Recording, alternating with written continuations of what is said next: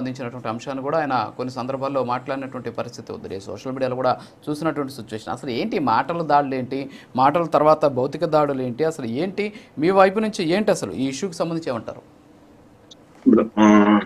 రాజు గారు నమస్తే అండి, మీకు అలాగే తోటి ప్యానలిస్టులకి అండ్ ప్రైమ్ 9 టీవీ వీక్షకులందరూ కూడా గుడ్ మార్నింగ్ సార్.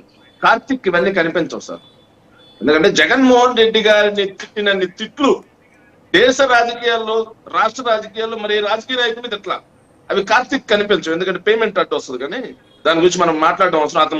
అతను అన్లిస్ట్ లా మాట్లాడంటే అన్లిస్ట్ చెప్పేవాడు, ఒక పార్టీ కార్యకర్తలా మాట్లాడాడు కాబట్టి మనం సబ్జెక్ట్ కొందాం. నేను తర్వాత మాట్లాడతా అతని గురించి. నేనేం పెద్దగా పట్టించుకోదలుచుకోలేదు కూడా నేను. సార్ ఒక విషయం అండి, కార్తీక్ నువ్వు చాలా సేపు మాట్లాడకూడని మాటలు మాట్లాడావు. సరే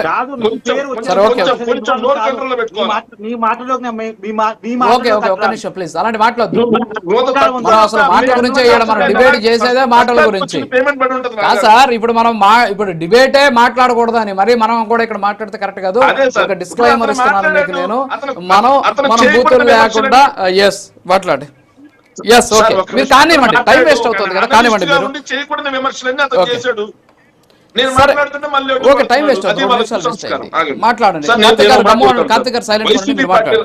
సార్ వైసీపీ పార్టీ రాజకీయాల్లోకి వచ్చిన తర్వాత బూతుల సంస్కృతి వచ్చిందా? జగన్మోహన్ రెడ్డి గారిని తిట్టిన తిట్లు ఏ రాజకీయ నాయకులు తిట్టారయ్యా? రాజశేఖర రెడ్డి గారు హుందాగా క్షమాపణ చెప్పారన్నారు కదా, మరి అదే రాజశేఖర రెడ్డి గారు తనయుడు జగన్మోహన్ రెడ్డి గారిని పట్టుకొని నీ పుట్టుకే తప్పుడు పుట్టుకని మాట్లాడాడు చంద్రబాబు, అంతలో పెద్ద మనిషి. మరి ఏ విధంగా క్షమాపణ చెప్పాడా? తిట్టు కాదా అది? బూత్ కాదా అది? కనిపించలేదా మీకు ఎవరికి?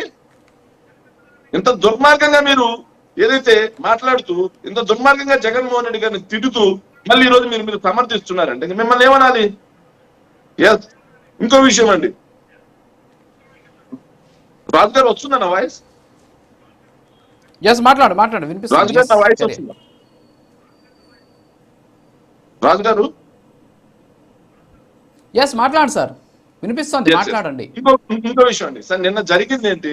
తిరుమల తిరుపతి వెంకటేశ్వర స్వామి యొక్క లడ్డూ కల్తీ అనే అంశం మీద జరుగుతా ఉంది రాష్ట్ర వ్యాప్తంగా. ఇరు పార్టీల మధ్య నడుస్తున్నప్పుడు వైఎస్ఆర్ కాంగ్రెస్ పార్టీ ఏమడిగిందంటే, ముఖ్యమంత్రి గారు ఏ ఆధారం లేకుండా జంతుకోవు కలిసింది అని చెప్పారు కదా, ముందు దానికి క్షమాపణ చెప్పండి అని చెప్పి మేము అడిగిన వెంటనే దాంట్లో రసాయనాలు కలిసాయి, అవి కలిసాయి, రాష్ట్ర వ్యాప్తంగా కల్తీ జరిగిందని ఫ్లెక్సీ లేచారు.